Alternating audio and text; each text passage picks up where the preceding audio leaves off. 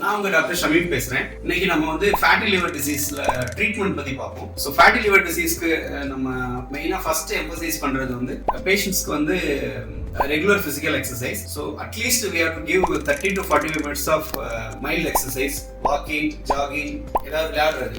So இந்த activity பண்ணணும். அடுத்து வந்து டயட் ஃபோக்கஸ் பண்ணுவோம். டயட்ல வந்து நம்ம பெரும்பாலானவங்க வந்து கார்போஹைட்ரேட்ஸ் தான் அதிகமாக சாப்பிடுவோம். ஸோ கார்போஹைட்ரேட்ஸ் டயட், மாவு பொருள் உள்ள உணவுகள், இட்லி, தோசை, இடியாப்பம், சோறு இந்த இதை கம்மி பண்ணிட்டு நிறைய லோ கார்ப் ஃப்ரூட்ஸ், வெஜிடபிள்ஸ் நிறைய எடுத்துக்கணும். நிறைய லீன் ப்ரோட்டீன்ஸ் எடுத்துக்கணும். அதாவது எக்கு, ஃபிஷ், நட்ஸ், யோகட் இந்த மாதிரி லீன் ப்ரோட்டீன்ஸ் எடுத்துக்கணும். நம்ம யூஸ்வலாக நம்ம ப்ரோட்டீன் நம்ம டயட்ல வந்து 10% தான் இருக்கும். ஸோ ப்ரோட்டீன்ஸ் அதிகப்படுத்தினீங்கன்னா தான் உங்களுக்கு கிரேவிங்ஸ் குறையும், அதிகமாக சாப்பிடணும்னு எண்ணம் வராது. ஸோ அதனால ப்ரோட்டீன்ஸை இன்க்ரீஸ் பண்ணுங்க, நம்ம கார்போஹைட்ரேட்டை கம்மி பண்ணுங்க, மாவுச்சத்தை கம்மி பண்ணுங்க, ஃப்ரூட்ஸ், வெஜிடபிள்ஸ் இந்த இதில் கொடுத்துருக்க ஃப்ரூட்ஸ், வெஜிடபிள்ஸை வந்து அதிகமாக எடுத்துக்கோங்க. ஸோ ரைஸ் போர்ஷனை கம்மி பண்ணுங்க, காம்ப்ளெக்ஸ் கார்போஹைட்ரேட்ஸாக எடுத்துக்கோங்க.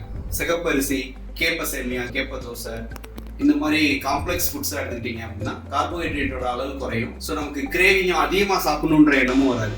ஸோ ஹெல்த்தி ஃபேட்ஸ் அதே மாதிரி 5 to 10% வந்து நம்ம ஆலிவ் ஆயில், ஃப்ரெஷ் தேங்காய், பசிக்கிறப்ப நட்ஸ் சாப்பிட்றது இதெல்லாம் வந்து நம்மளோட கிரேவிங்ஸை குறைக்கும், அதிகமாக சாப்பிடணுன்ற எண்ணத்தை குறைக்கும். ஸோ ரொம்ப நேரம் சாப்பிடாம இருந்து சாப்பிடும் போதும் நிறைய நம்மளை கண்ட்ரோல் பண்ணாமல் சாப்பிடுவோம். ஸோ அதை அவாய்ட் பண்ணுறதுக்கு ஃப்ரீக்வெண்ட்டாக 4 to 5 டைம்ஸ் வந்து சின்ன சின்ன மீலாக எடுத்துக்கணும். ஸோ டயட்டு, எக்ஸசைஸ், அதுக்கப்புறம் வந்து நம்மளோட டயபெட்டிஸ் கண்ட்ரோல். சுகர் இருக்கிறவங்க வந்து சுகரை கண்ட்ரோலில் வச்சுக்கணும். அவங்களோட 3 மாத சராசரி வந்து 6.5 to 7.5 கிலோ வச்சுக்கணும். அப்புறம் வந்து பிபி இருக்கிறவங்க பிபி கண்ட்ரோல் பண்ணணும். ஏதாவது இணை நோய்கள் சொல்லுவோம். பிபி, சுகர் தான் மெயினாக காமனாக உள்ள இணை நோய்கள்.